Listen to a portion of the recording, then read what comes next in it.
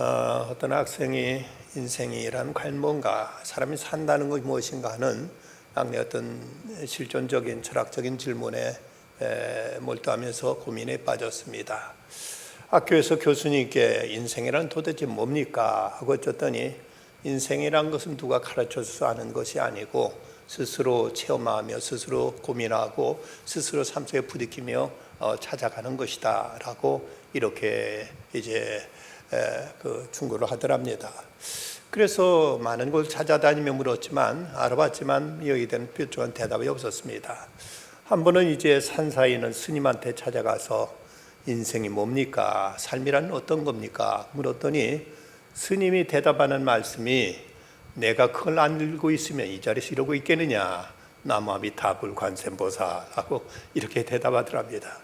그 실망을 느끼고 이제 낙심한 채 집으로 돌아오고 있는데 그날따라 비가 부슬부슬 내리고 밤안개가 자욱이 이제 끼어 있는데 집에 들어서는 골목에 뿌옇게 그 포장마차에서 세워놓은 불빛의 문 앞에 확 들어오는 글씨가 있었습니다. 바로 저것이구나 하고 깨달았는데 거기에 뭐라고 써 있는가 하면 삶은 계란이라고 써 있더랍니다. 삶은 계란, 삶이라는 것은 계란이다 하고 써 있는데 뭔가 깨닫기를 그렇구나, 인생이라는 것은 마치 계란 같아서 사람은 그렇게 단단해 보이지만 깨지기 쉬운 것이 인생이고 또 속은 여리고 속은 그렇게 부드러운 것이 사람이다. 이 계란이라는 것을 보면 다 똑같아 보여도 어떤 계란은 어미닭이 한 20여일을 품고 있으면 삐약삐약하고 병아리로 태어나는 계란이 있는가 하면 어떤 계란은 아무리 품고 있어도 전혀 아무런 생명의 미동도 없는 이건 죽은 계란도 있다. 그러고 보면 인생도 어찌 보면 유정란처럼 그 안에 영원한 생명이 있는 존재가 있고 어찌 보면 그 단단한 껍질 속에 영영 깨어나지 못하는 영원한 죽음과 같은 이런 존재도 있다는 것을 우리가 생각해 볼 수 있는 이야기가 되겠습니다. 오늘부터 우리가 대학의 전도서는 히브리어로는 코헬레트라고 하는데 모든 회중에게 종교적인 진리를 전하는 자를 전도자 혹은 성직자, 설교자라고 말하는 이런 의미를 담고 있습니다. 헬라어로는 에클레시아스테스라고 하는데 이것도 역시 설교자 혹은 전파자라는 뜻으로서 이제 그 대중들에게, 청중들에게 어떤 종교적인 가르침 또는 그들에게 간절한 마음으로 뭔가를 전하고자 하는 이런 뜻에서 이제 전도서라는 말이 바로 여기서 나오게 됐습니다. 신약의 의미로 보면 예수 그리스도를 믿고 경험한 사람이 이제 그리스도를 누군가 전하지 않을 수 없는 간절한 심정으로 이제 공중 앞에서, 대중 앞에서 이제 자기가 믿는 바, 자기가 깨닫는 바를 전하는 것, 이것이 바로 전도자요, 이것이 바로 전도서의 의미라고 이렇게 해석할 수가 있겠습니다. 이 전도서를 기록한 목적에 대해서 마틴 루터는 이런 말을 합니다.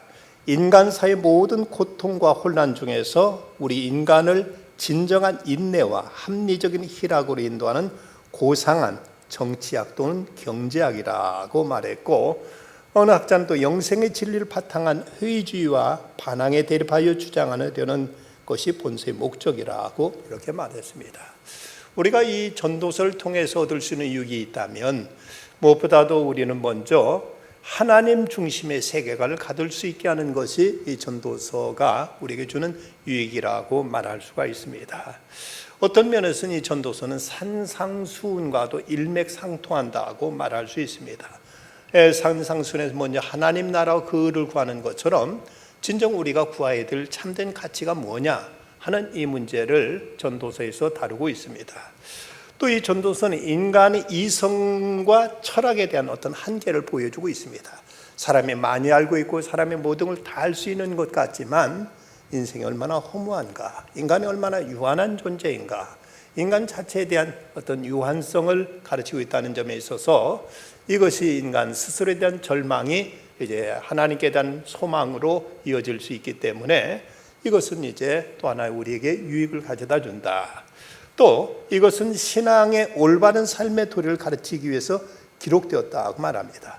여기서 헛되고 헛되다고 거듭말하고 있는 것은 인생이 이렇게 헛되기 때문에 아무렇게나 살라는 얘기는 아닙니다.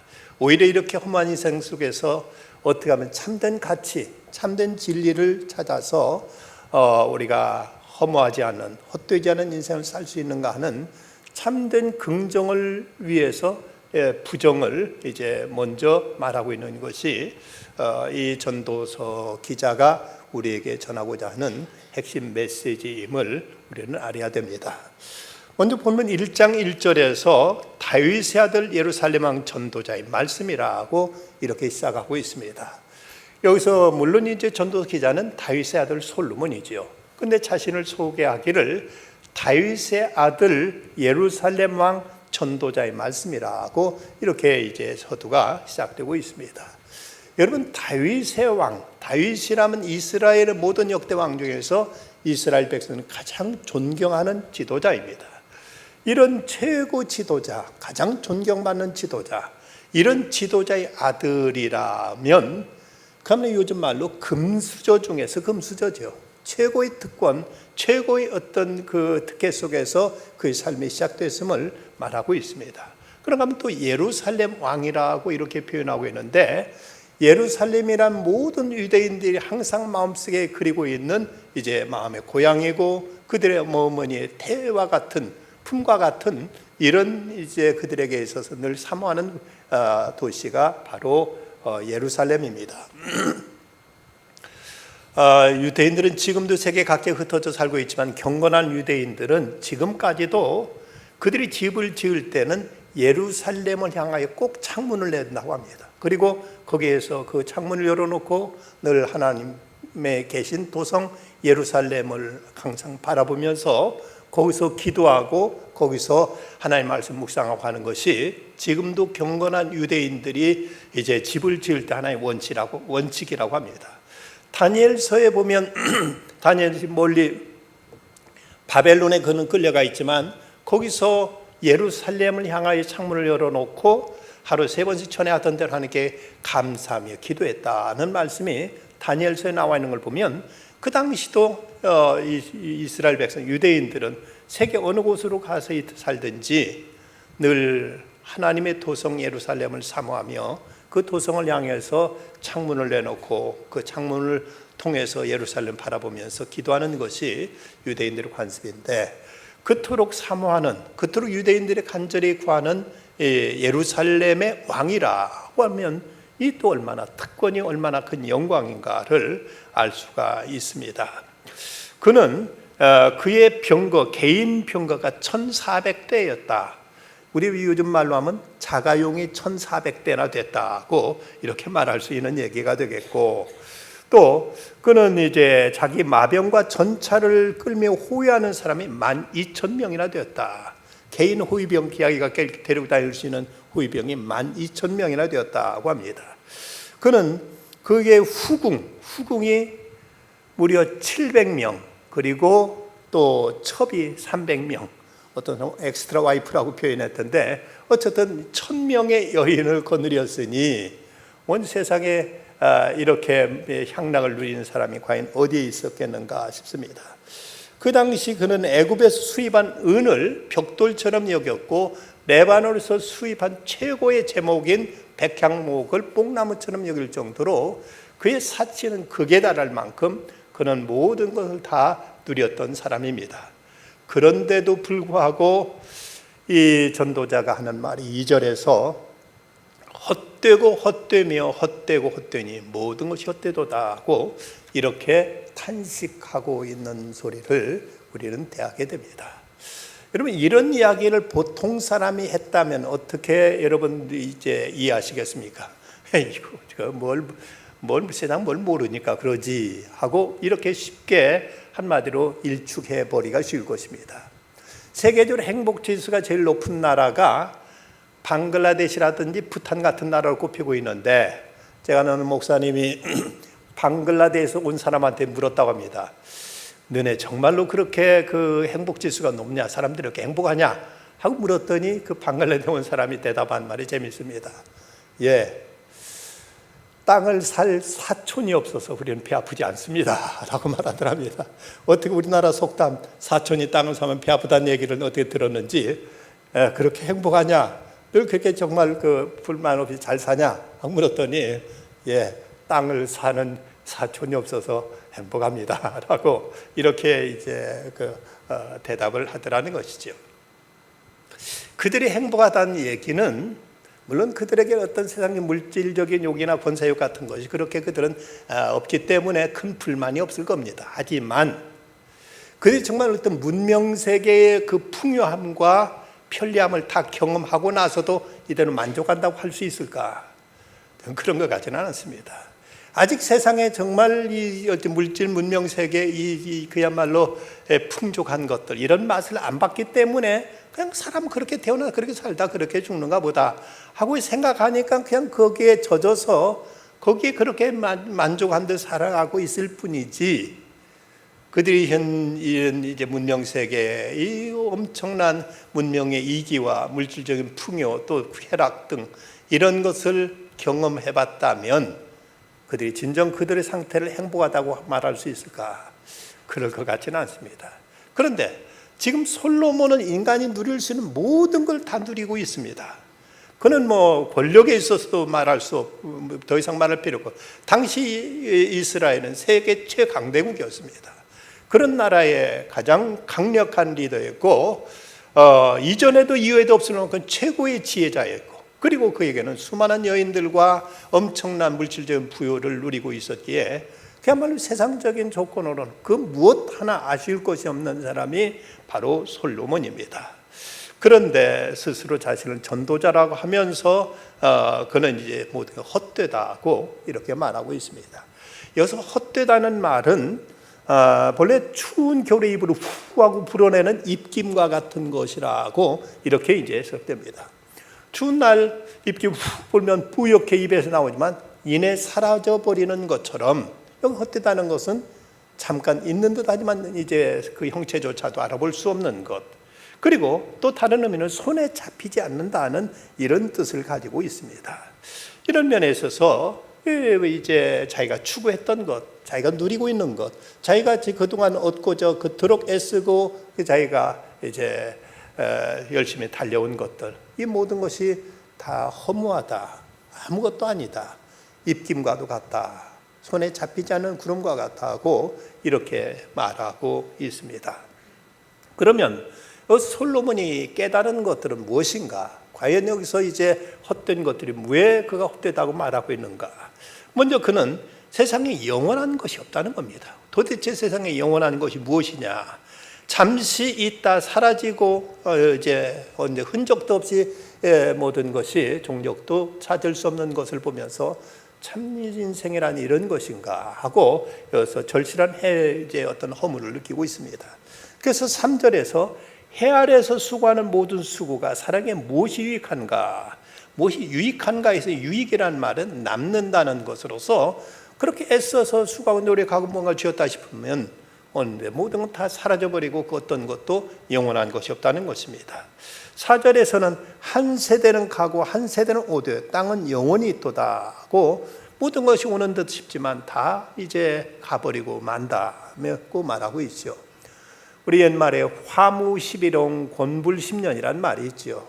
꽃이 붉지만 열흘을 못 가고 권세가 그렇게 하늘을 찌를 듯 해도 10년을 못 간다는 이런 말이 있는데, 물론 여기서 말하는 열흘과 10년이라는 것은 꼭 어떤 산술적인 그런 표현은 아니고 오래가지 못한다는 이런 얘기가 되겠죠. 백일홍 같으면 100일을 핀다고 해서 백일홍이고, 또 지금 영국의 엘리자베스 여왕은 지금 66년째 왕위를 누리고 있습니다. 그런 거 보면 권불 10년이라는 말에 10년이라는 사람, 것도 이 사람은 벌써 6번을 훨씬 더 넘기고 있는데, 그러나 그것도 오래가지 못한다는 거죠. 언젠가는 이 모든 세상 권세라는 것도 끝날 때가 있고 이제 얼마 지나면 그 기억조차도 잊혀져 버리고 마는 이것이 이제 세상의 모든 것이 저는 허무하다고 이렇게 말하고 있습니다. 유명한 세계적인 명화 레오나르도 다빈치의 모나리자, 그 미소의 의미가 뭐냐? 지난번 송기론 목사님은 위트 있게 하신 얘기가 그 미소의 의미를 발견한 사람이 한국 사람인데 한국 사람이 루브르 박물관 가서 모나리자 그 그림을 보고는 저거 진짜가 했더니 그 모나리자가 씩 웃었다는 뭐 이런 조크를 하셨습니다만은 이 모나리자의 그 미소의 비밀이 뭐냐는 것에 대해서 여러 학설 가운데 가장 전통적인 학설 중에 하나는 그녀의 남편이 당대 가장 유명한 화가인 다빈치에게 자신의 초상화를 의뢰한 기쁨의 그 미소라는 것, 또는 가문의 대를 이을 둘째 아들의 출산을 기대하는 남편의 사랑을 확인한 그 여인의 행복한 미소라는 이런 설들이 있어 왔는데, 그런데 프랑스 미술사학자 또 그리고 미술평론가인 데니얼 아라스는 매우 다른 어떤 해석을 내놓습니다. 그녀의 얼굴에 짧게 스치는 미소야말로 인생의 덧없음을 나타내는 것이다. 천재 화가 다빈치는 이 그림 왼쪽 어깨 너머에 작은 다리를 하나, 브릿지 다리를 하나 그려놨는데, 다리는 그 강물이 흐른다는 뜻이고 그것은 덧없는 시간을 의미하고 있다. 그런데 자세히 보면 그 뒤의 풍경은 평범한 마을이나 자연이 아닌 사람들이 하나도 살지 않고 있는 태고의 괴기한 원시적인 풍경으로서 이 모나리자의 미소는 태고로부터 흘러오는 그 영원한 시간 속에 덧없는 찰나의 미소로서 이 그림의 주제는 시간에 대한 명상인데 아무것도 영원한 것이 없다는 의미를 담고 있다. 인간이 추구하는 건강, 부, 인기, 행복, 그리고 미소조차도 영원하지 않다는 의미로 이제 모나리자의 얼굴에 그 미소를 이렇게 담고 있다고 그는 이렇게 이제 주장하고 있다고 합니다. 세상에 그러고 보면 어떤 것도 영원한 것은 없습니다.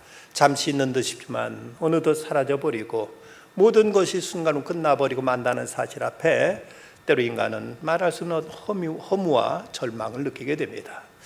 미국의 어떤 그 젊은 사업가가 나름대로 사업에 성공해서 사람들로부터 부러움도 샀고 그리고 많은 사람을 자기 밑에 부르면서 나름대로 어떤 세상적인 파워를 행사하고 있었습니다.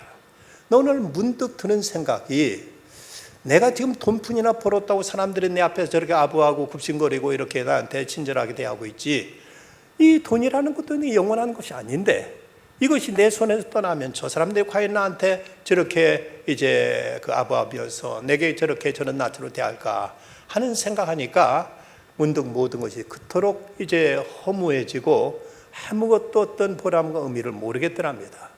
내가 도대체 뭘 위해서 내가 이 사업을 해야 되고 뭘 위해서 내가 살아야 되느냐 하는 깊은 고민에 빠지게 됐습니다. 그러다 그 성경을 읽다가 그가 깨달았던 것은 세상에 영원한 것은 세 가지다. 그 첫째는 하나님이시다. 하나님은 영원부터 영원까지 계시는 영원하신 분이기 때문에 하나님이시다. 또 하나는 천지는 없어지겠으나 내 말은 없어지지 아니하리라 하신 바로 하나님의 말씀이 영원하다 하는 사실을 깨달았습니다. 그리고 또 하나 성경 요한일서 2장 17절을 통해 깨달은 한 가지 사실은 이 세상도 그 정욕도 지나가되 오직 하나님의 뜻을 행하는 자는 영원히 가느니라는 말씀을 통해서 그렇구나, 세상 모든 게 다 덧없고 다 헛되지만 하나님의 뜻을 행하는 자는 영원히 간다, 바로 이것이구나 하고 생각하고 사업을 다 정리해버리고 그는 신학을 공부하고 목회자가 돼서 영원하신 하나님을 위해서 영원하신 하나님 말씀을 전하는 하나님의 뜻을 이루는 하나님의 사람으로 새로운 인생을 출발하게 되었다는 이런 이제 그 간증이 있습니다. 참으로 우리에게 영원한 것이 무엇이냐 하는 이 문제, 솔로몬은 그가 왕으로서 막강한 권력을 누리고 하고 싶으면 다 하는 듯 했지만 세상 모든 것이 다 허무하게 지나간다는 사실 앞에 그는 헛되다고 말하고 있습니다. 두 번째 질문은 무엇이 정말 의미 있느냐, 무엇이 정말 행복하고 내게 보람 있고 내게 진정 어떤 만족을 가져다 주는 것이냐는 문제로 그는 고민하고 있습니다. 8절 말씀은 여기도 해답을 주는데, 모든 만물이 피곤하다는 것을 사람의 말로 다 말할 수 없나니 눈은 보아도 족함이 없고 귀는 들어도 가득 차지 않도다. 뭔가 자기가 해보려고 해서 많은 걸 다 해봤는데 이내 이 모든 걸 다 그저 그렇고 그럴 뿐 어떤 것도 마음에 이거다, 이것이면 내가 이걸 위해서 내 죽어도 좋다 할 만큼 이렇게 가치 있고 보람 있는 것들을 그는 찾지 못했던 것입니다. 그 막강한 권력 가지고 그가 못할 일이 과연 어디가 있겠습니까? 하고 싶은 건 다 했던 것이지요. 지혜도 있었고 권력도 있었고 돈도 있었고 모든 걸 그는 다 가지고 있는 입장에서 하고 싶은 건 다 해봤는데 하고 나면 씁쓸한 어떤 허무와 어떤 나름대로 실망만 가득할 뿐 어떤 것도 그에게 진정한 만족은 없었습니다. 옛날 오래전에 송창식이가 불렀던 고래사냥이라는 그 노래 보면 술 마시고 노래하고 춤을 춰봐도 가슴에는 하나가득 슬픔뿐이네, 무엇이 될 것인가 돌아보아도 보이는 건 모두가 돌아앉았네 하고 이제 그 어떤 뭔가 애쓰고 찾아보지만 그 어떤 것도 채워지지 않는 그 텅 빈 가슴을 이렇게 노래한 것을 기억하실 것입니다. 우리가 왜 참된 만족을 모르는가? 영원한 것을 찾지 못했기 때문이요, 진정한 가치를 발견하지 못했던 것입니다. 사람에게 있어서 어떤 돈이라는 것이 우리에게 진정한 만족을 주는 것이 아니고, 권력이라는 것도 우리에게 진정한 행복을 주는 것이 아니고, 육체의 쾌락이라는 것도 참으로 그걸 통해서 우리 존재의 어떤 내적인 충의를 가져다 줄 수 있는 것들은 결코 아닙니다. 이런 것들은 마치 목이 마르다고 바닷물을 들이키면 더 큰 갈증을 느끼듯이 이런 걸 통해서 행복과 만족을 추구하려고 보면 더 인생은 초라해지고 더 씁쓸해지고 더 마음은 한없는 어떤 갈증에 시달릴 수밖에 없는 것이 사람입니다. 그 이유가 어디 있는가? 거기에 대해서 솔로몬은 3장 11절에 이렇게 말합니다. 하나님이 모든 걸 지으시되 때를 따라 아름답게 하셨고 또 사람들에게 영원을 사모하는 마음을 주셨느니라. 영원을 사모하는 마음을 주셨느니라. 인간은 영적인 존재고 영적인 문제, 영원한 문제가 해결되지 않으면 이런 순간적인 것, 찰나적인 것, 이것은 결코 만족할 수도 없고 이것은 결코 행복할 수도 없고 이것은 결코 참된 보람과 의미를 찾을 수 없는 존재이기에 솔로몬은 이제 사람들에게 영원을 사모하는 마음을 주느니라. 바로 이것으로 인해서 사람은 결코 이제 찰나적인 것으로 물질적인 것으로 결코 행복할 수 없다는 사실을 고백하고 있습니다. 그런데 다윗은 뭐라고 말하고 있습니까? 여호와는 나의 목자시니 내게 부족함이 없나이다. 그는 자기 왕위 때문에 내게 부족함이 없다고 말한 것도 아니었고, 그는 이제 자기의 그야말로 머리부터 발끝까지 어디 흠잡을 데 없이 가장 아름답게 생겼던 압살롬 같은 아들 때문에 나는 부족함이 없다고 말한 적이 없었고, 세상에서 인류 역사상 최고로 지혜롭다고 했던 솔로몬 때문에 그가 나는 부족함이 없다고 말한 것이 아니라 여호와는 나의 목자시니 내게 부족함이 없으리로다 하고 이렇게 말하고 있습니다. 성 어거스틴은 그의 고백록에서 참회록에서 말하기를 오 하나님, 내 영혼이 주님의 품 안에 돌아가 안식을 얻기까지는 내게 참된 평안이 없었나이다 라고 고백하고 있습니다. 그렇습니다. 인간은 영적인 존재이기 때문에 하나님 안에 얻는 그 안식, 주님의 품 안에 안기는 그 평안, 이것을 누리기 전까지는 그 누구도 어떤 사람도 진정한 평안과 안식을 누릴 수 있는 사람은 세상에 그 누구도 없습니다. 어디서도 진정한 영원한 만족은 없기 때문입니다. 잠언서 28장 25절에 보면 욕심이 많은 자는 다툼을 일으키나 여호와를 의지하는 자는 풍족하게 되느니라 하고 말씀합니다. 욕심은 끝없이 우리에게 어떤 갈증과 갈망을 일으키고 갈등을 일으키지만 하나님을 믿고 신뢰하게 될 때 여기서 이제 더 이상 바랄 것이 없는 참된 만족을 얻게 된다고 말합니다. 토마스 아퀴나스, 중세의 유명한 신학자의 성자였던 토마스 아퀴나스가 하나님께 간절히 기도할 때 그래 아퀴나스야, 내가 내 소원이 뭐냐 하고 이렇게 하나님께 마치 그에게 백지수표처럼 무엇이든 말해라 하고 말씀하셨을 때 유명한 그 아퀴나스의 대답, I want nothing but Christ. 주님, 저는 아무것도 원하는 것이 없습니다.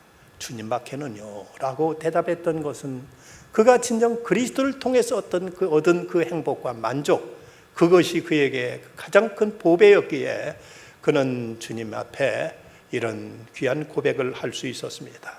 중세의 경건주의자 진젠돌프 백작도 자기의 백작이란 자귀, 그리고 그 엄청난 재산과 모든 걸 다 헌시짝처럼 내덩댕이 치고, 그리고 그 가난한 자들 속에 뛰어들어서 그들을 섬기면서 그리스도의 사랑을 실천하는 그 모습을 보고 그의 친구가 찾아와서 진젠돌프여, 그대의 야망이 도대체 뭐냐? 어떤 엄청난 대단한 야심이 있었기에 그 백작이라는 자기조차도, 그리고 그의 모든 재산이며 명예 모든 것도 다 그렇게 내던질 수 있었느냐는 그 질문 앞에 진젠돌프가 대답한 것도 나의 야망은 오직 예수 그리스도다. 나의 야망은 오직 예수 그리스도라는 이런 고백을 할 수 있었던 것입니다. 여기서 다시 솔로몬은 모든 만물이 피곤하다는 것을 사람의 말로 다 말할 수 없나니 눈은 보아도 족함이 없고 귀는 들어도 가득 차지 않는다. 우리는 세상에서 어머니 뱃속에 태어날 때 두 주먹 불끈 쥐고 뭔가 해보겠다고 세상에 태어나지만, 그러나 인생 다 살고 나서는 아무것도 가져가지 못하고 두 손 짝 피고 갈 수밖에 없는 것이 이 땅에서 육신으로 살아간 인생임을 이제 증거하고 있습니다. 자기가 손을 피지 않으면 요 많은 사람이 억지로라도 손 펴가지고는 꽁꽁 묶어 더 이상 아무것도 주지 못하게 이제 세상 떠나는 것이 바로 인생인 것이죠. 이제 다윗의 솔로몬의 세 번째 질문은 무엇이 새로운가? 세상에 새롭다 할 수 있는 것이 무엇이냐고 여기 또 묻고 있습니다. 사람은 어떤 새로운 것을 추구하지요.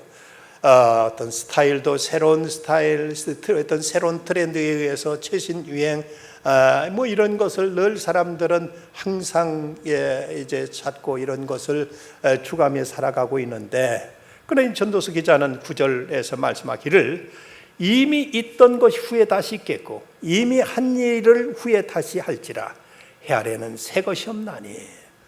지금 뭔가 쌈박하다 싶지만 이미 이전에 있었던 것들이고 그것이 형태와 모양만 약간 바뀌었을 뿐 그것이 늘 이제 반복되고 있습니다. 그 뭐 유행이라는 것도 보면 항상 돌고 도는 걸 볼 수 있죠.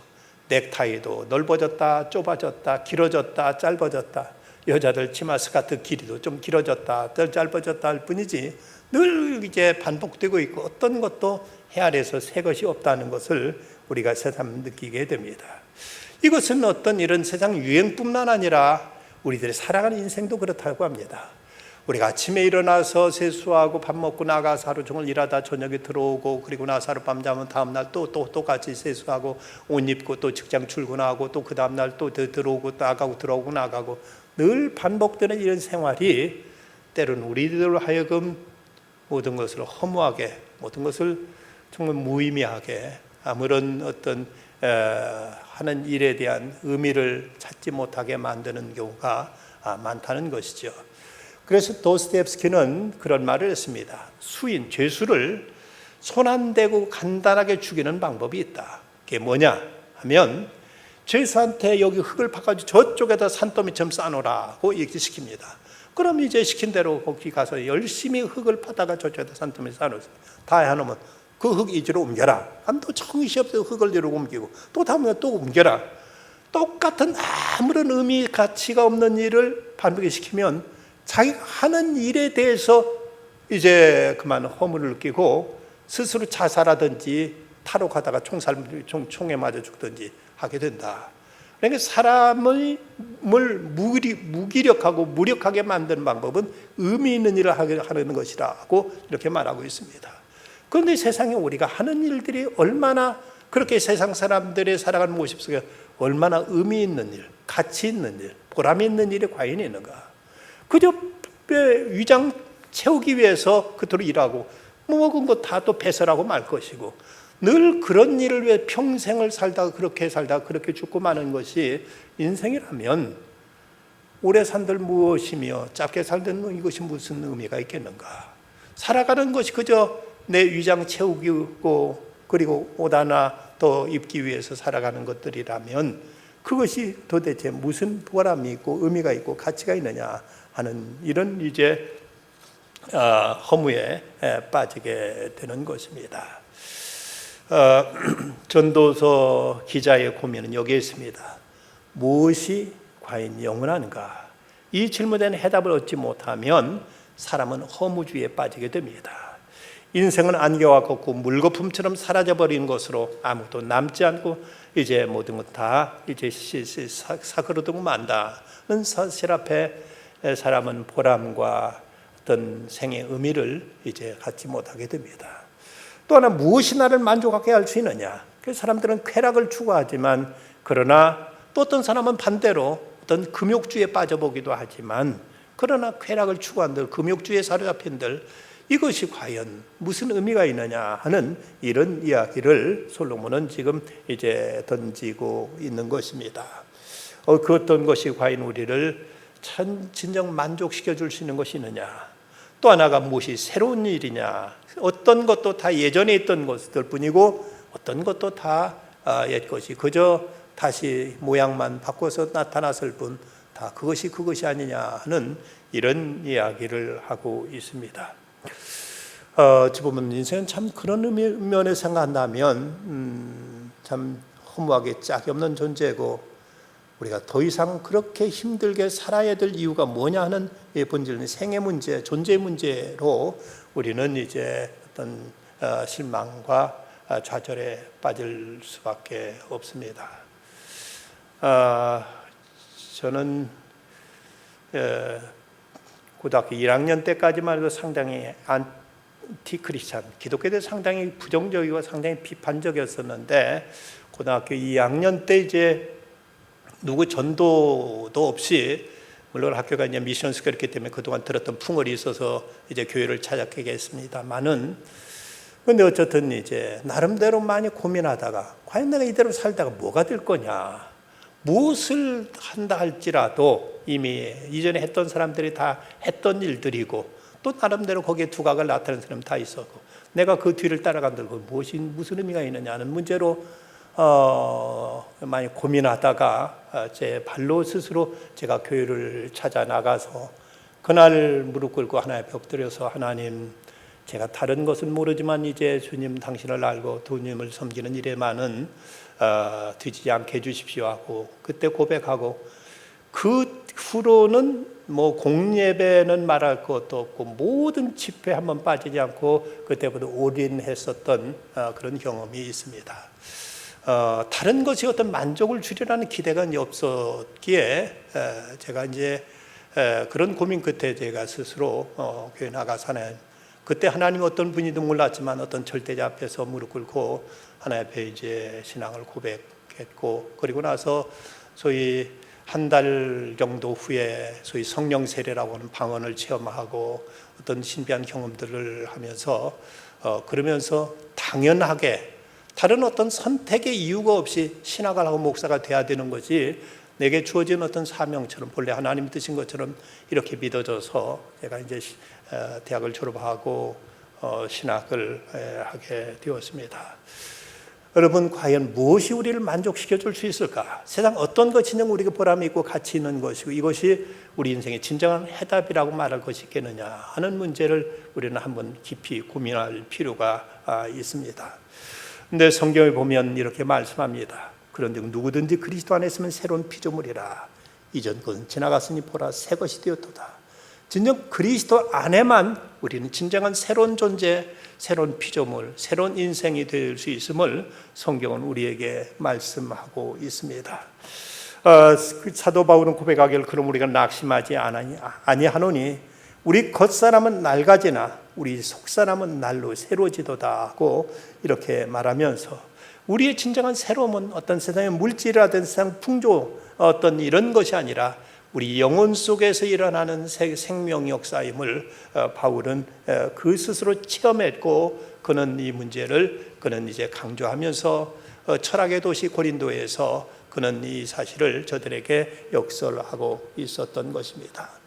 그리고 우리가 그리스도와의 어떤 만남의 사건, 그 그리스도를 개인적이고 인격적으로 만나는 이 사건을 통해서만 우리는 영혼과 엔카운터 만남이 이루어질 수 있고 거기를 통해서 진정한 참된 인생의 의미, 존재, 가치, 목적, 이유들을 우리는 여기서 비로소 해답을 찾을 수 있게 되는 것입니다.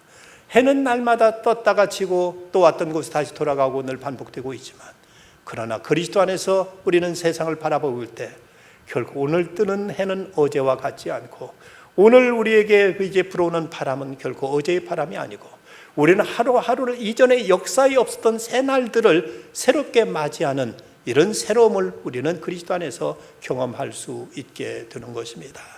세상 그 무엇도 진정한 새 것은 없지만 그리스도 안에서, 예수 그리스도 안에서 우리는 그 영겁 속에서 새로운 태초에 없었던 새 날들을 새롭게 맞이하면서 새 삶을 살아갈 수 있는 특권과 영광이 바로 신앙인에게 주어지는 것입니다. 이 은혜를 경험하지 못하게 되면 11절 말씀, 이전 세대들이 기억됨이 없으니 장래 세대도 그 후 세대들과 함께 기억됨이 없으리라. 기억됨이 없으리라. 이건 대단히 중요한 문제입니다.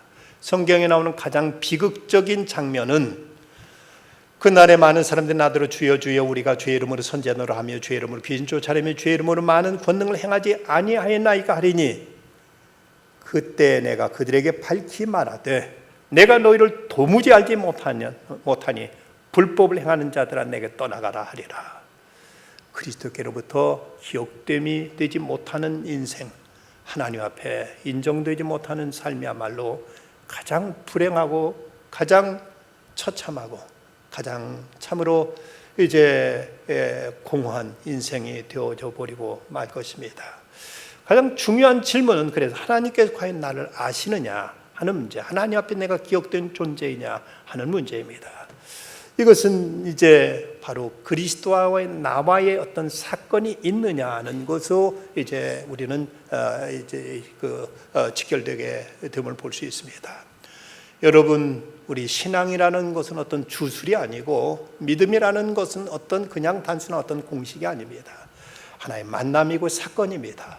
내가 예수 그리스도로 인하여 얼마만큼 내가 그분의 말씀 앞에 고민했고 그 말씀 붙들고 씨름했고 그분 앞에 내가 매달렸고 그분이 내게 주시는 말씀을 가지고 이 말씀 때문에 내가 몸부림쳐 받는가 하는 이런 경험을 통해서 우리는 하나님의 영혼과 잇대어지게 되는 것이고 이를 통해서 우리는 이제 하나님께 기억된 바 되는 인생으로 살아갈 수 있게 되는 것입니다. 그냥 타성적으로 예배당 왔다 갔다 했다 하는 것 가지고 이제 우리 신앙이 하나님께 기억되어지는 것이 아니라 내 전 존재를 가지고 하나님 앞에 얼마나 내가 진지하게 인생을 씨름하느냐 하는 이것이 이제 중요한 것입니다. 그런데 요즘 세대들은 이런 문제에 대한 고민이 없어 보입니다. 그저 세상의 어떤 물질, 세상의 어떤 쾌락 이런 것으로 어떤 행복을 찾으려고 하지만 그것이 과연 되어지는 문제인가? 어플루엔자라는 그 현대인의 질병은 풍요로운 일을 뜻하는 어플루엔트라는 단어와 유행성 독감을 뜻하는 인플루엔자를 합쳐진 말로서 현대인들의 그 소비 중독증 또는 부잣병이라고 이렇게 이제 표현하는 것인데 요즘 이 젊은 세대들은 끊임없이 더 좋고 더 새롭고 더 비싼 것을 추구하면서 이를 통해 얻게 되는 전염병, 그래서 과중한 업무, 부채, 근심, 낭비 등 이런 증상을 수반하게 된다고 합니다. 이들은 말하기를 우리 세대의 심리 기저에는 근본적 허무주의가 자리잡고 있는 것 같다. 과시적 소비 외에 우리에게 위안과 해방구가 되어주는 것이 무엇인가? 현재를 최대로 즐기는 것이야말로 현명한 삶의 방식이 아닌가? 겉모습으로 평가받는 사회 살면서 가장 단시간에 손쉽게 나를 포장해서 보여줄 수 있는 것은 명품밖에 없지 않은가? 우리는 건드리면 금방 폭발할 같은 불만 팽배 상태에 살고 있다. 다른 어떤 것으로 충족이 안 된다. 오직 가장 손쉬운 명품 소비에 빠지게 되고 쇼핑이 취미가 될 수밖에 없지 않은가? 이것이 요즘 젊은 세대들 무엇으로 진정한 의미 없이 영원한 것과 무관하게 살아가는 젊은 세대들, 이좀 세대들의 바로 이제 모습입니다.